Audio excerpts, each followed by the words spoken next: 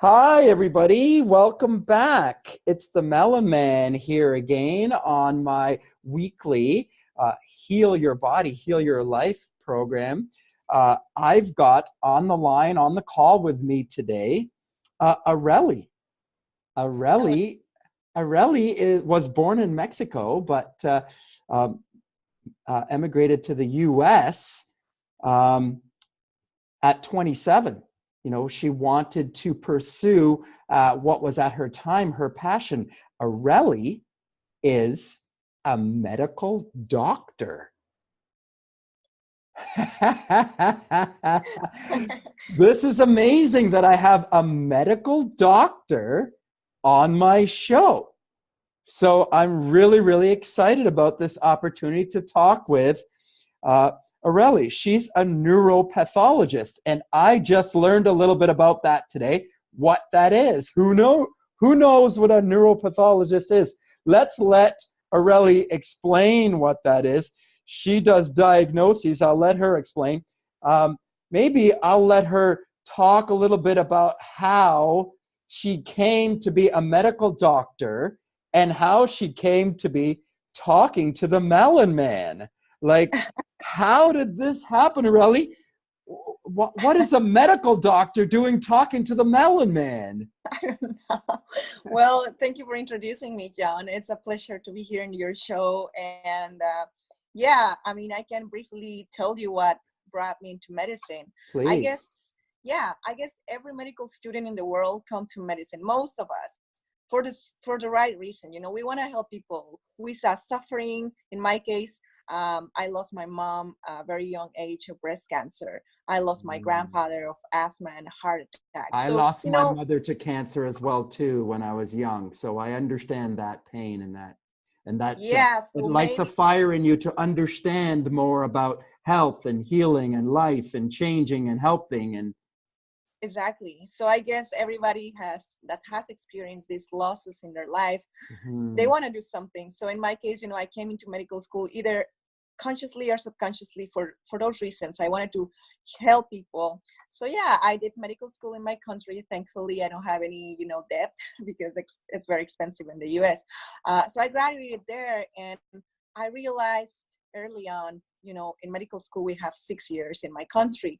My fifth year was internship, and 6 years social service, where you pay back to the community for free. You live in a very Mhm. rural area and you serve people there. That's kind of like your debt, being paid for your That's education. So cool. That's yeah, great. That's a greatest fantastic way. it's a great way. So I just Mhm. realized early on, in internship and social service, 5th and 6th year of my career, that people are not going to heal if they don't want to. No matter how many miraculous pills or latest technology medication arrives, if they don't want to take control of their own health, there's no magic pill for anything. So I realized, what? I'm tired of this. My knowledge is being wasted. People don't listen. They don't implement these lifestyle changes. So I'll just go behind the scenes in medicine, and I just do pathology.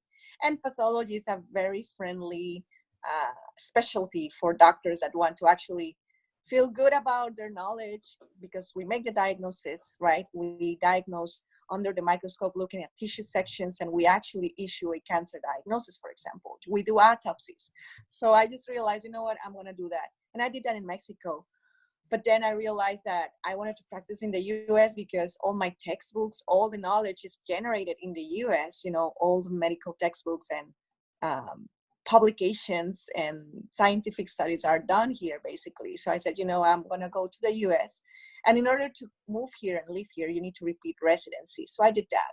I repeated pathology residency in Massachusetts. And then in the different medical specialties, pathology has subspecialties as well. So there's pathology for the eyes, pathology for the heart, pathology of the skin, Wow. and they're Wow. called dermatopathologists, gastrointestinal pathologists. Wow. Brain pathologist is the neuropathologist. So I I was see. always, yeah. So I was always attracted to the brain, because I believe that the mind is powerful and all that. So yeah, I was so privileged enough to be accepted at UCSF, which is one of the top-notch medical centers in the country. I guess it's called the Harvard of the West Coast. So yeah, I was fortunate to be accepted here. I trained here for 2 years. Actually, I finished this year.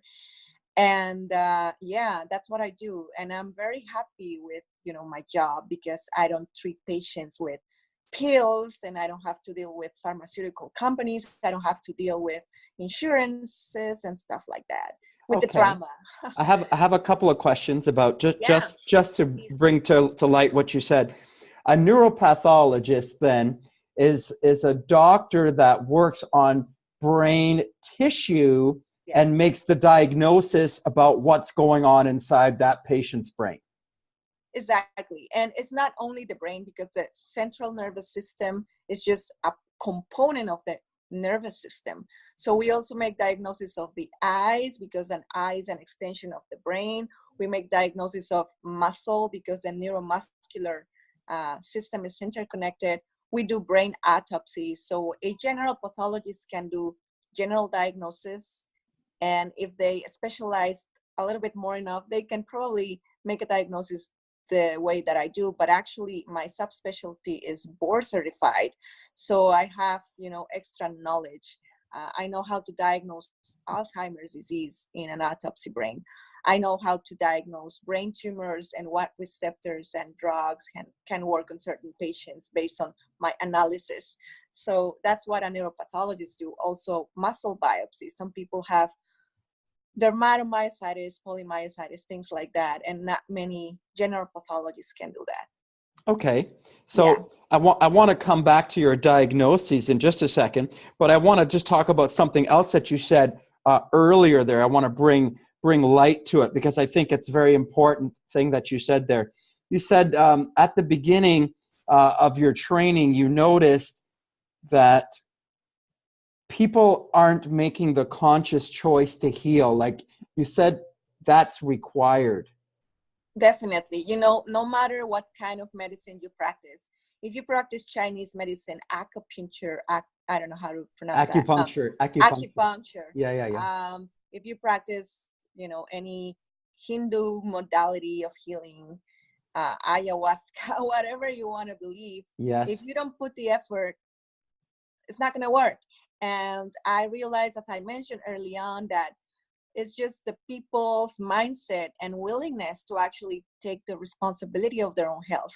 That's what I wanted to hear you say. I'm 100% in agreement with that. And I always say that to my customers, is Yeah. that it's about changing your mindset more than anything else, healing. And if you're in a resistant mindset and you're not taking responsibility for your healing, there will be no healing going on. No, correct. Very important, very important. People need to take responsibility for their health and wellness. Definitely. And I know it's hard, sometimes they need our help, like people that are in the wellness industry and health industry. They need our help. That's why we came here. And I realized, early on that, yeah, we can talk about it later if you ask me, but I think a great way to help people to do that is to empower them with the knowledge that we can provide them. So, yeah. Yes. So empowering people that they can actually heal their life themselves. Yes. Yes, I love that. Okay, so we're going to talk about that again in just a second, but I wanted to shine light on a couple other things you said. You talked about diagnosis as a neuropathologist. You specialize in diagnosing cancer, Alzheimer's, and you talked about diseases of the eyes and You listed a few different diseases that you specialize in. Yeah. And I wonder now, as you grow as a raw vegan, and as you grow, in the natural healing and wellness, which I understand is your true passion. Yes, it is. Yes. As you grow into this live raw food healing and natural healing now,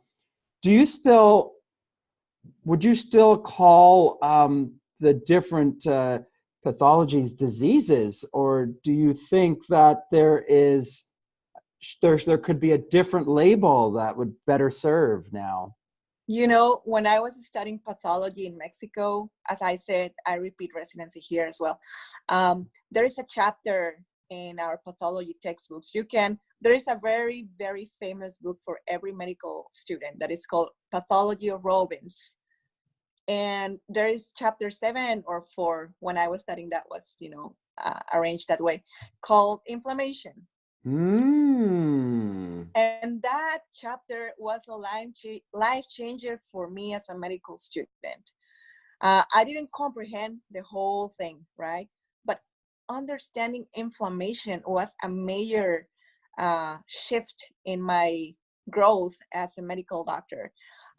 So having said that, I think the root of 99% of all diseases is either acute inflammation, and if it doesn't get addressed, it becomes chronic. And that inflammation and chronicity of issues that are not handled properly on time create a malignant environment in our bodies. In the natural hygiene movement, they call it acidosis, right? But the root cause and the medical terminology for that is inflammation, either acute or chronic. And most of the medical diseases end in itis, and that's a Latin root for inflammation. So appendicitis is inflammation of the appendix. Dermatitis, an inflammation of the skin. Right. Gastritis, an inflammation of the stomach. Exactly. So yes, I believe it's different terminology, the alkalinity, acid side of chemistry that people talk about in the natural hygiene, but actually in medical terms, it exists. It's inflammation. So we are humans and we tend to classify and label things, and that's the way we work. That's how our brain works to make life easier. And I guess medicine is just the same thing. You put things in drawers and you make classifications to make your life easier. So every single disease has a name: an inflammation, cancer, chronic conditions, diabetes, things like that. And I seeing myself the disease under the microscope, I believe that yes, there are individual diseases, but as I mentioned, probably 90% of the cause is an imbalance, an inflammation that ends up looking differently under the microscope. And that's when we label it differently. Yes, right. Yeah. Right.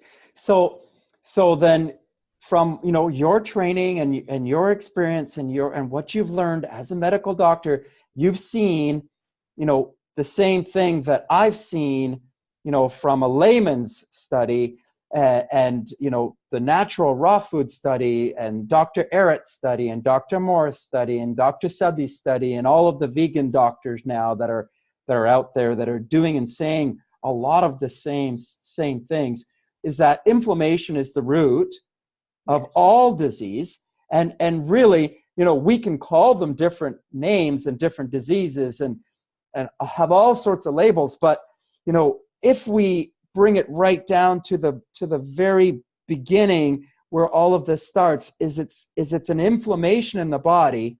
And if we can correct and remove the inflammation from the body, the disease will cease to exist. Yeah, I guess there are different stages of any disease. There are cancer patients with stage 4 disseminated all over. Unfortunately, I will not dare to say that it's going to be cured by just changing your diet for a week. I haven't seen myself people healing themselves from those drastic situations. Depending how far gone you've gone, right? If you've gone too far gone, you may not be able to re-alkalize your body in time before the cells all are filled with this cancer. Exactly. So you can go too far into an acid situation, especially then too if we treat the acid situation with chemotherapy, drugs, or radiation, which are additional acid treatments on top of an already acid situation or circumstance that's within the body. So adding chemotherapy to it, or adding radiation to it, or adding medications to the already inflamed patient would be kind of a negative response. You know, in terms of chemotherapy and radiation for cancer treatment, all the studies that are out there, there's no comparison versus people that are implemented a raw vegan fruitarian diet. So I wouldn't venture to say, yes, you know, I totally agree with you that if we follow up 50 people with stage 4 cancer with radiation and chemotherapy versus 50 people that are only curing themselves with diet, fasting, and all these modalities, it will be very, you know, irresponsible for me to say, yes, you know, right, ditch out all this. absolutely, because I don't know. yeah, yeah, but I guess, you know, in terms of the acidity or more inflammation right, that chemotherapy and radiotherapy causes in their body, there's no question about it. And for sure, they prolong life, but that's the term, right? Prolong, not actually get rid of the things. There's certain cancers, you know, like leukemia in children, that are very respondent to certain types of chemotherapy that thankfully are being less abrasive or irritant to the body, and they have actually good response. It would be irresponsible for me to say, you know what, yeah, chemotherapy doesn't work in every or all situations. Probably there's certain cancers that, yes, they respond to milder modalities of chemotherapy that are actually, you know, high-end technologically developed drugs. But that's like count, you know, I can count the cases with one hand. But why would you want to achieve that level of disease when we actually can prevent it?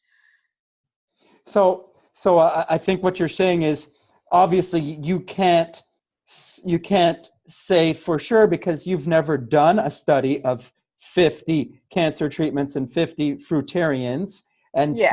seen the difference. However, logically, you can understand that it doesn't make logical sense to address an inflamed patient with a more inflammatory substance. You can see the logic in that. Yeah, definitely. And I guess, you know, if people start taking action, and, you know, there are some people that understand this concept of eating clean and, you know, not putting the body in more like a stressful situation in terms of their eating pattern. So if they actually do both things side by side, I don't see any problem. Sometimes people don't need to attend their next chemotherapy session. This is just anecdotal things that I've heard because of the way they're eating. So I can see it, you know, or I can say that for sure because I know personally one friend of mine that did that.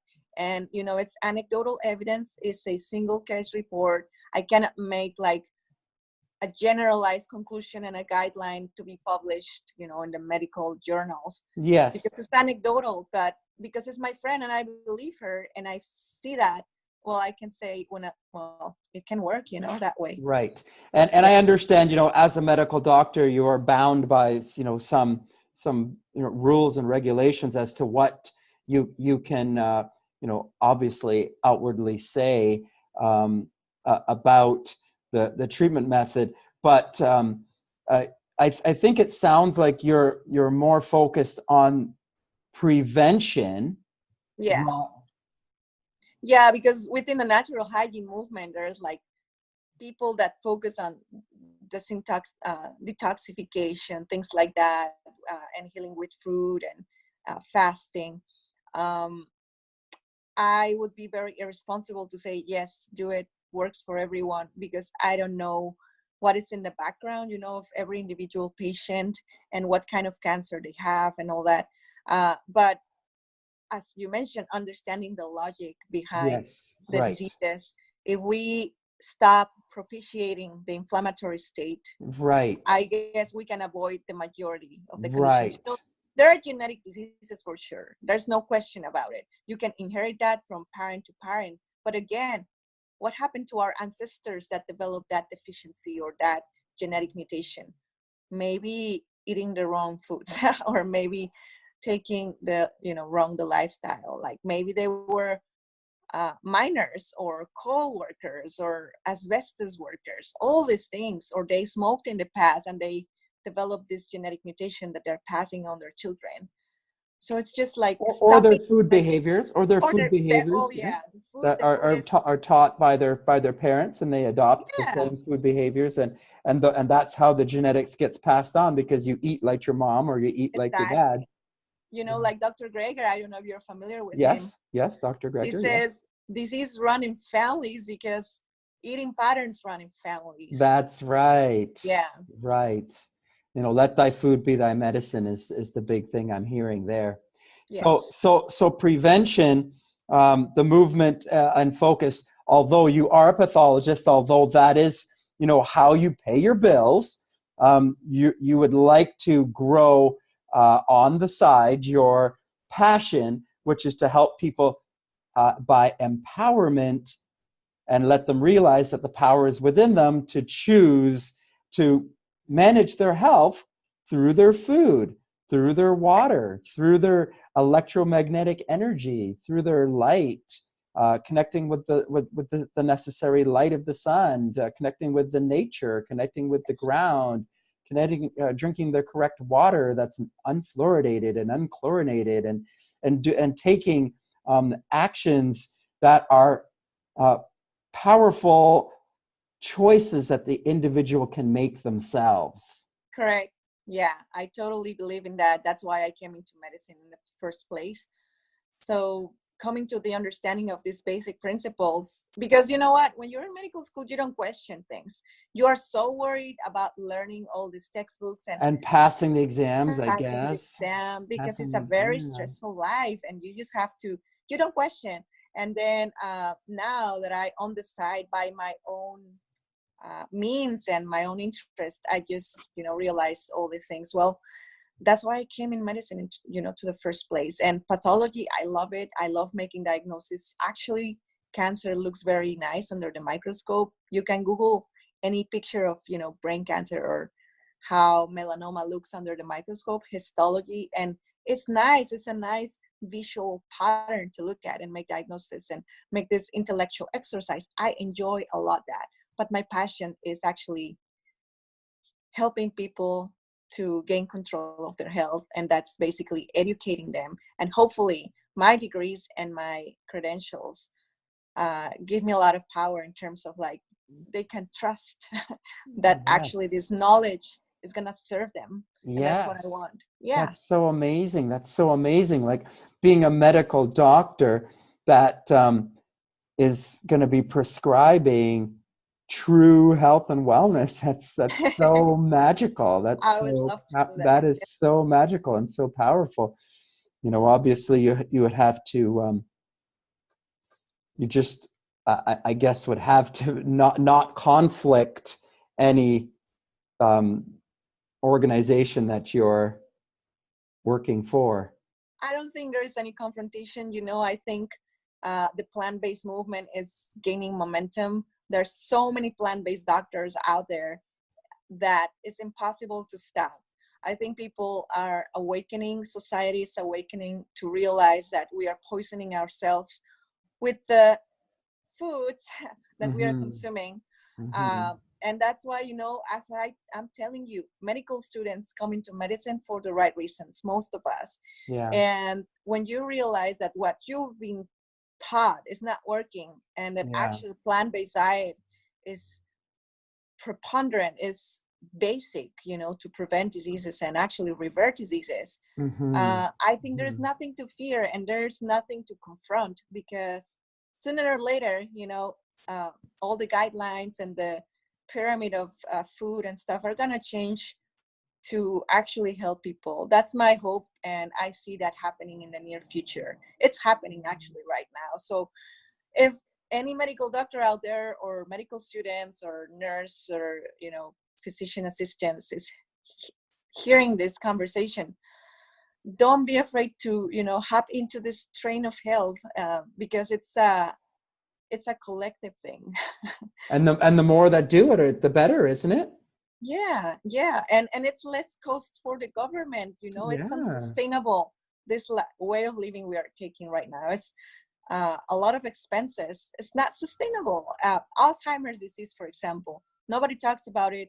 I see it every day, you know, when I do a brain autopsy. People have mild cognitive impairment, and we see some brain atrophy, things like that. It's preventable. It's preventable. There is this book called The Alzheimer's Solution, but some plant-based neurologists from Loma Linda, California, Tim Shersai, I think that's the name of the last name of these doctors. They're plant-based doctors. They are neurologists. They get this. So I don't see why we should be, you know, hidden or behind the scenes, just like letting people know about this, like under the water. No, it should be public, and that's, you know, hopefully the goal of every healer out there.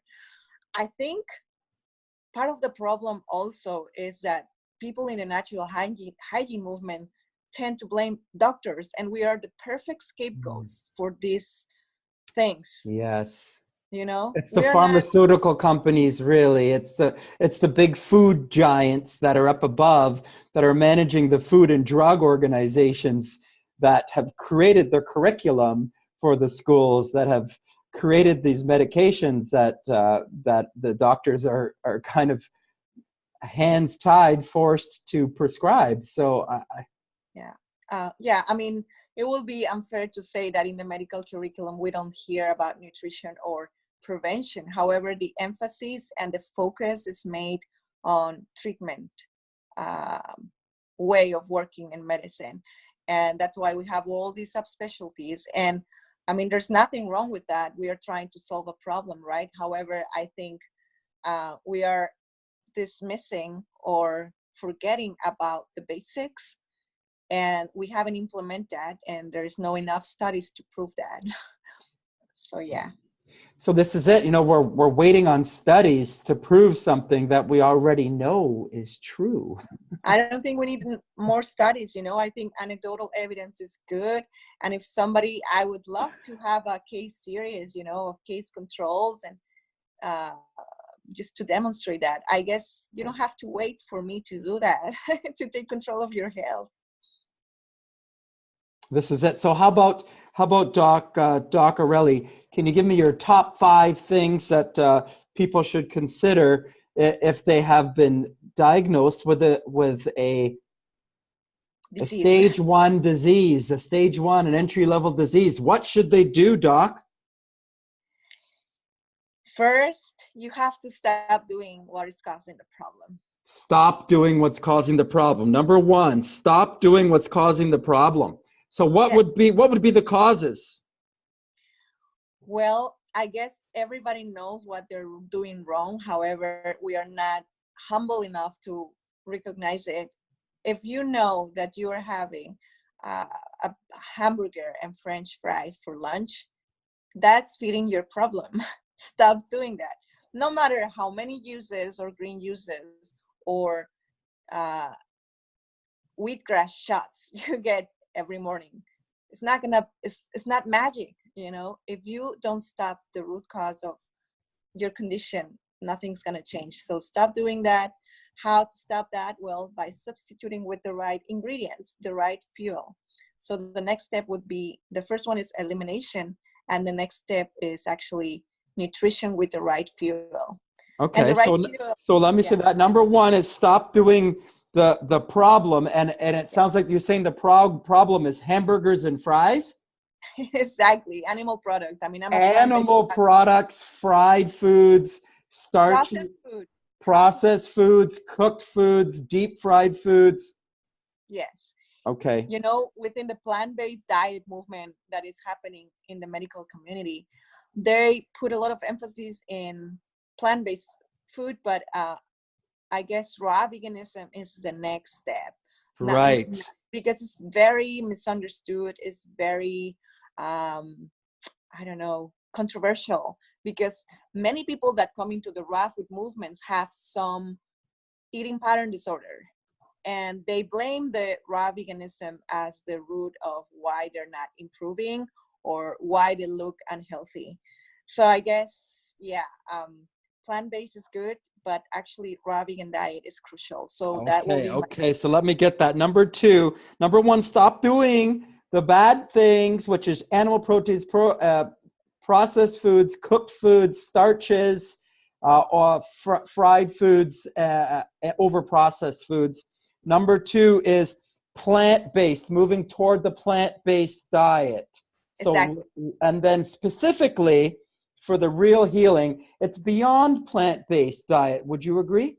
It's going a little bit further. It's going to raw food diet. Definitely. That's why I adopted this raw vegan lifestyle in 2018. And I've been also actually raw vegan for almost the whole year. Yes. And I warranty you, I haven't seen the transformation in myself even before when I was a vegan doctor. When I was a vegan, it was massive, the change when I quit dairy and eggs, because I was vegetarian and I went vegan. Yes. However, the shift, the real transformation, I mean, I'm proud of my body, I'm proud of my skin. If you follow me on my social media, you will see my transformation before and after. Cool. It's dramatic. We'll make sure we connect your social media to this video. Thank you. Yes. It's dramatic. So every single person can experience these benefits of a raw vegan lifestyle. So that will be point number 2. Okay. So now before we go any further there, I'm talking about the benefits of switching from, going vegan, plant-based, and then going to raw food. What a change in energy and benefits and how you feel and look. My thing was, and I lost it now. Oh, can you get it back, Melon Man? Come on, Melon Man. Well, when you go to the raw food vegan, what's the difference between plant-based and raw food vegan? Yes. Very important question. And it's very important that people grasp this concept, okay? Not because it's plant-based is healthy. Anything that is coming on a package or a box, it can be labeled plant-based. However, we need to pay attention to the processing of the food. What I call processed food is actually anything that has to undergo 2 or 3 or more steps in order to come into your plate. Right? So if I cut an apple from a tree, there is no process involved. That's the perfect food for us. But if I cut an apple, I chop it, I boil it, and I make apple sauce, jam or sauce. Somebody heat it, somebody put processed sugar in it, somebody put some additives and what's the name? Something that, preservative, something that prolongs the shelf life of that jar. So that's plant-based food, but it's a processed plant-based food. So that's the main difference. So the cooking process just denatures the product. It destroys the product. The packaging, putting in plastic, it gets covered by some sort of plastic wrap. There's a lot of nutritious value that's lost when we do any kind of processing. So we've got to go live and raw while it's still, before it starts to decompose and starts to die. We've got to eat it before while it's still got life in it, right? Exactly. So stop doing the problem, start doing the right thing nutritionally. What's number 3, Doc? Number 3 will be exercise. Exercise. Awesome. We got to oxygenate. Oh my God. Movement is crucial. We are designed for movement. We're not designed to be sitting on a desk for 8 hours. We're not designed to go home and sit and watch the cable or the TV or the computer. We're not designed to be, all the time we're in a sedentary mood, in a sedentary lifestyle. We're designed to actually move. And the least thing you can do is to at least move, focus on movement for an hour, 30 minutes minimum, but to achieve optimal health, 45 minutes an hour a day of exercise. So I'm a runner. I run 3 to 5 miles every day as a raw foodist, as a busy doctor. And I wouldn't think eating cooked food will give me that energy. And actually, if I don't exercise, I wouldn't have energy. You need to ignite your motor in the morning with movement. So exercise is crucial. A raw vegan lifestyle is not going to solve your problems if you don't move. People call in the natural hygiene about the lymphatic system. Yeah, the lymphatic system is real. The lymphatic system exists. Actually, if you allow me, I just want to bring a little bit of attention here to a recent article that was published by a pathologist, actually from New York University. They discovered the lymphatic system, and that's why there was a lot of noise about those news, like, oh, finally the doctors realized that there is a lymphatic system. No way. We realized about the lymphatic system many years ago. All the anatomy textbooks from 1800s talk about the lymphatic system. So please don't say that doctors are ignorant about the lymphatic system. One thing is that we don't make emphasis about cleaning the lymphatic system because we're not taught that way. And the other thing is that the lymphatic system has not been discovered by doctors and medicine and anatomists. So yeah, I just want to draw that attention because people always like to blame doctors for things, and no, they just discover part of the lymphatic system that exists in the interstitium. And the sensationalist, or the media, how is about breaking news, the doctors just discover a new organ, the lymphatic system. That's fake news. Let's put it that way. The lymphatic system, we know it exists, it's just that we don't make emphasis on it. So exercise, what's really great about exercise is the movements of the muscles move the fluid of the lymphatic system, and that's why, and that's the link between the lymphatic system and movement and exercise. We need it. We need that movement to move that lymph through the body, which is where the immune system, the function and the job of the immune system is done in the lymphatic system, in the lymph nodes, and that's where the body exchanges food wastes and toxic wastes with bacteria, and healing happens in the immune system there. So the lymphatic system, a big, huge organ for healing. Definitely. And exercise, a big part of bringing oxygen into the body and moving that lymphatic system and generating electromagnetic energy for us so that we have that energy for the day. Because a happy, energetic person has to be energetic. We need that happy energy to share with others, right? Exactly. It's not only the lymphatic system, as you mentioned, it's a big component of the importance of exercise, the movement of lymph, because we don't have, nothing pumps the lymph other than movement and muscle contraction. However, also with exercise, we release our internal drugs, which are endorphins, right? Or endorphins. Yes, like we need to release those. Drugs. Yes, we need our own hormone releases, and we need all of that.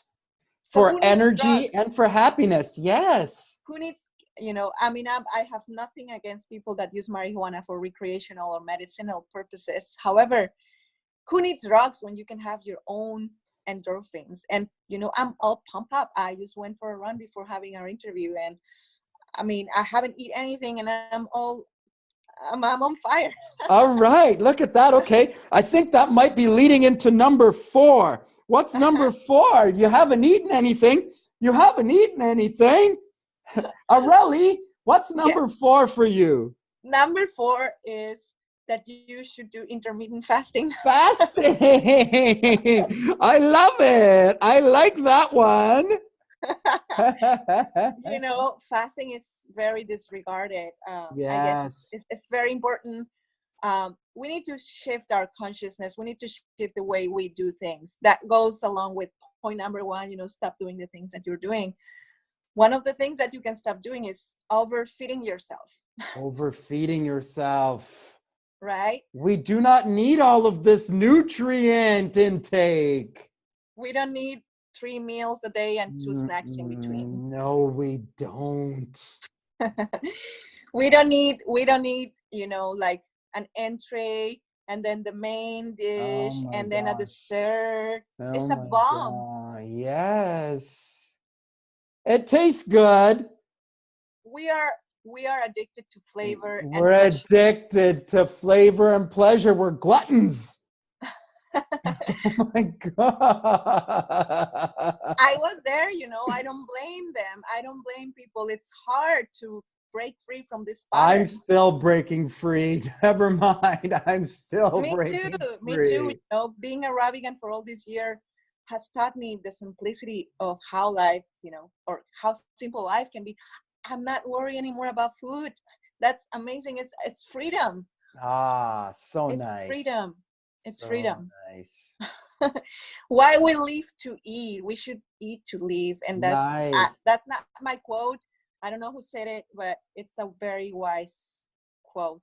Awesome. Fasting Yeah. is the key. I tell people to start at 14 hours, try to get to 16 hours as quickly as you can.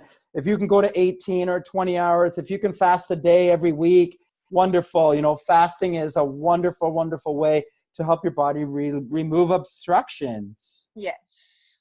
You know, Yes. And helps to get stuff out. exactly. And fasting, the intermittent fasting should be actually called the a sensible way of eating, or the right way of eating, because the 14, 12, 18-hour window of fast is actually the way we are designed to function optimally. So I wouldn't call it fast, I will just call it sensible or sensitive way of eating, rational way of eating. Fast, has its time and place for healing. Actually, the True North Clinic with Dr. Michael Clapper and Dr. Ken here in Santa Rosa, they have this water fasting clinic for patients that are severely ill. They're medical doctors, and there is science behind fasting. There is this new doctor called Walter Longo. I don't know if you heard about him, but I guess he's gonna be like a Nobel Prize nominee or something like that, because he's introducing the fasting, a fasting approach to diet, for healing. And And I know fasting was the 2016 Nobel Peace Prize winner, went to fasting as well. So, fasting is the cat's meow for nutrition healing, raw food vegan healing. So number 4 is fasting. Have you got number 5? Have you got a 5th one? Not yet. So I'll add in number 5. I'll add in grounding. I'll add in sun gazing. Let's summarize it, or putting in this label, right? Point number 5 would be environment. I like it. Changing your environment, nature, getting back to nature. And I would also include there like mindfulness. Oh my God. If you create an environment here, and this is vital, this is key. That's why I'm a neuropathologist. I was always fascinated by the mind, the brain. I'm privileged enough to hold the brain in my hands to study it. If people are curious, I know how the pineal gland looks, where it's located, things like that.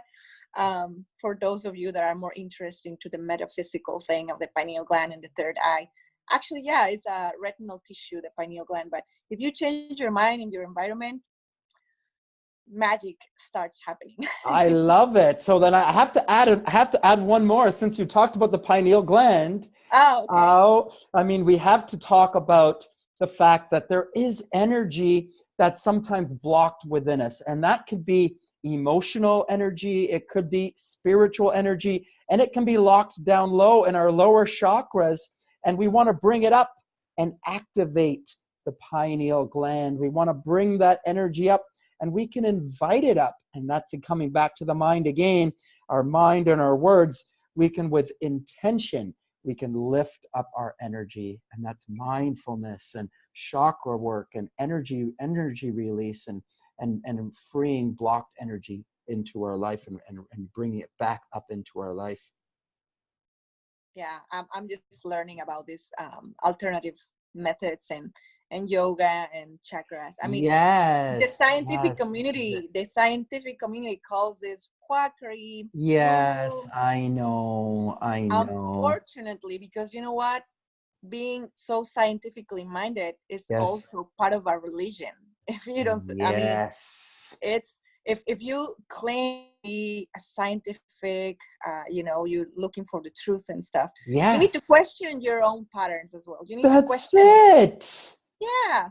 If you believe in Jesus, you're going to have to challenge some things about Jesus. If you want to believe in God, you're going to have to challenge some things about God. If you want to believe in Buddha, you're going to have to challenge some things about Buddha. If you want to believe in the science doctrine, the Bible of science, you're going to have to challenge the shape of the earth and some other things that we have inside of us that are natural flowing waters that are within us. And there are a lot of things on this planet that we have to challenge. Yeah, that's the way we grow. That's the way we evolve. I mean, if we were still thinking about how people think in the Middle Ages, imagine the little progress that we had accomplished. And I don't call progress, like the deterioration we are doing to our environment, but there is some progress, the bicycle, the car. We should look for alternative energies, things like that. So there is nothing wrong with that. Exploring the possibilities, open up your mind. That's the only way you're going to grow. Open up your mind to possibility. Yeah. Listen to that, Dr. Areli. Open up your mind. Dr. Areli, thank you so much for your time today. I really Awesome. appreciate it. And I think it's so valuable to have a medical doctor online that has Yeah. seen the value of alkalizing the body, detoxification, the raw food movement, fasting, and all of the rest. So valuable, Dr. Areli. I'm so pleased that you found your way here. And I'm so happy that I've made your friendship. And I hope that we'll stay in touch and we'll talk Definitely. again. Hopefully we'll do this. Yeah, I would love to. My goal is to empower people with the knowledge that I have. And one of the ways that I think it will be very powerful actually is to show them under the microscope how disease looks like, all these labels that we put on disease. Yes. That's my goal. I want to use my medical knowledge and degrees to actually, this is real and you can transform your life by, and then I will put my, side job, which is orienting and talking about the raw food lifestyle. So that's my passion. I will join both, branches of knowledge that I have, the medical knowledge plus the raw living food knowledge to Awesome. actually, yes. Awesome. That's my goal. All That's my right. goal. Yeah. Thank you so much for today. Thank you. Thank you to you, John. Bye-bye. A pleasure. Bye.